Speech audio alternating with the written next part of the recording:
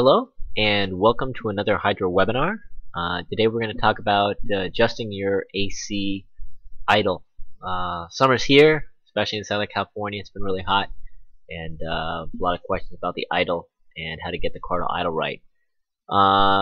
This video is going to assume that your idle is fine normally. If your car is not idling at 900 to 1000 RPM as it is, then you are going to want to look at that before you start working with your AC adjustments. Well, let's get started. Really all you need to do is just have a place where you can idle your car for a while. You can do this in steps. You can use different parts of this video to troubleshoot different issues you may be having.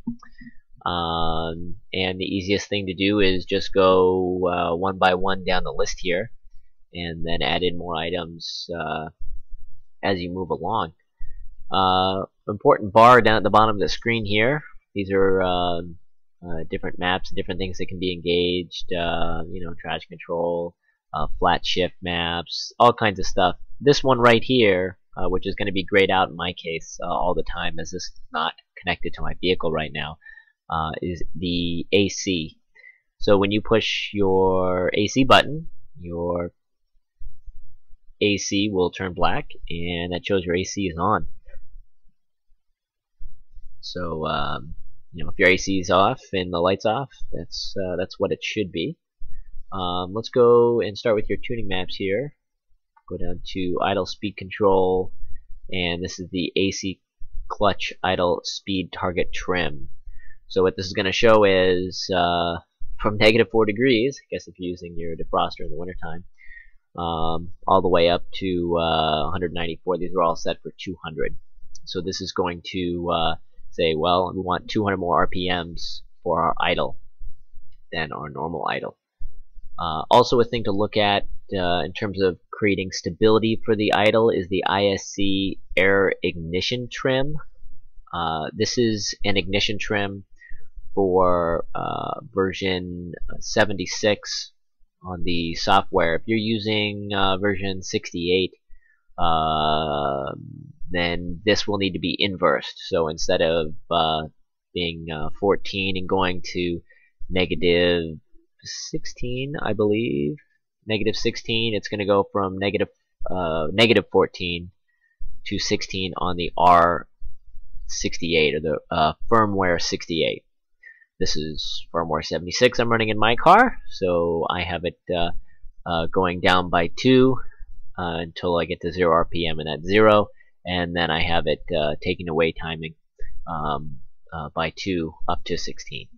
So this is the ISC air ignition trim, and this will help give you stability at idle. Moving along, we'll go to our idle speed control settings. These are the control settings used for your idle. If you hover over one of them, a little box will pop up that tells you a little bit about what it does. If you're, these two settings here, your I term and your P term, are for your idle. This is for your thermofan. So when your fan clicks on, this is the idle trim for that. The ones we're going to be working with today are the thermofan anticipate, and the AC clutch anticipate, AC fan anticipate. Those are the three major ones we're going to use while you're adjusting the idle in your car.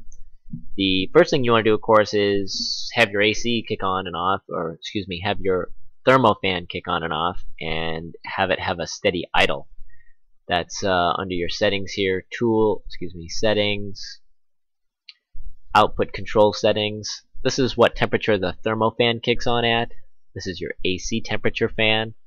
For the purposes of today, we can adjust these as we need. So if I put the AC fan at 300 degrees, it's never going to come on. If I put it at 1 degree, it's going to be on all the time. So you can use this to create the conditions that you want at any given time. So if your idle is very steady, go ahead and take the thermofan on temperature down to say 10 degrees Fahrenheit and hit apply. And at that point, with your car running, the thermofan should come on if it's not already on. And you want to take a look at your idle. If your idle is steady, which it should be, I don't know anybody has issues with that, but this is the ISC thermofan anticipate.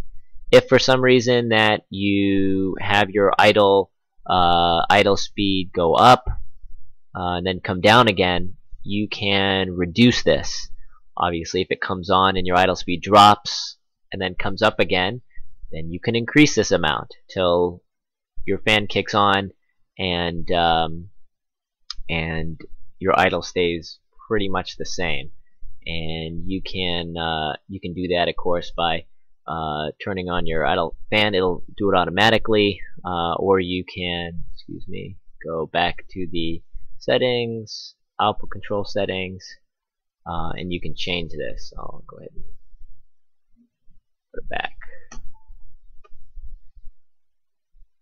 Okay, so assuming you have your thermofan on temperature, idle, the way you want it. It's not rising up too high, it's not dipping, staying about the same. You can work on your AC clutch next, which is what I did. So I would take this and put it at 300. Obviously, we don't want to leave it like this. We don't want to keep it like this for a long time, or your car may overheat. But we can do it to take the fan out of play. Then all you'll have to do is go back to your idle control settings, idle control settings, and toggle your AC on and off. Again, when the AC is on, the little AC logo down here is going to be black, and you can toggle it on and off and change the ISC AC fan anticipate. My case, I only need 4%. It's a pretty low amount. Basically what you're looking for again is that same thing, that the clutch kicks on for the AC, and your idle maybe goes up a little bit and comes back down again. You can play with it around and get it really steady, so maybe it just stays right there. That's nice as well. Again, if it dips and comes back up, okay, then you need to increase the clutch anticipate. The next thing you can do is go back to your settings, go back to your output control settings, put the AC fan temperature back down where it was, and you can then just let it cycle on and off as it normally does. And let's go here, settings. You can also data log this if you can see the fan requests come on if you want, and data log your RPMs. There's a if you want to get really picky on it, but usually just sitting there in the car and letting the fan kick on and off will give you an idea of what's going on. So this is the AC fan anticipate. Again, you can mess with the temperature there and force the AC fan to kick on. If you put it down to say 10 degrees again, then that fan's going to come on, and you'll be able to see what the RPM does. You can raise it and lower it a couple of times, so you can see kind of how much RPM lift or drop you get, and then adjust the ISC fan anticipate up or down accordingly. Again, if it raises and then comes down again, you need to lower the fan anticipate. If it dips and then come up again, then you need to raise the AC fan anticipate.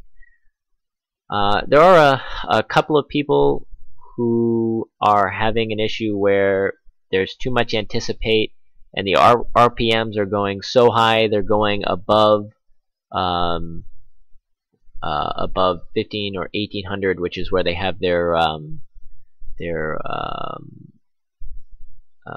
fuel cut come back on. If that's the case, you'll want to obviously lower the anticipates more. You can see if this is the case, this is going on because your idle will oscillate. It'll kick on. The ISE anticipates are going to be too much. It's going to throw it above 1500, that's where most people have their fuel cut cycles to start when they're decelerating, and then as they pass through 1500, it comes back on again. So obviously at idle, you're not going to be in any throttle, and it's going to see zero zero throttle, and you get up that high, and it's going to want to cut your fuel, and then it'll come back down again, and then the anticipates too high, and it goes back up again, and then it kind of burbles, little fuel cuts is what it sounds like, and then it comes back down again. So if that's what you're getting, your AC anticipates are too high, and as you bring that down, everything will come down with it, and you'll find that it won't get high enough to trigger that. So that's that decel fuel cut limit. So some of you may have played with that. Sometimes if you're decelerating and you push in the clutch and it dips too much, it could be a vacuum thing, or it could be where the decel fuel cut limit is. So that's a pretty basic webinar on how to go through the different trims for your AC and some of the more basic stuff. If you have any questions, of course, you can always post them on the threads there. And I hope this has been helpful for you. Thank you so much.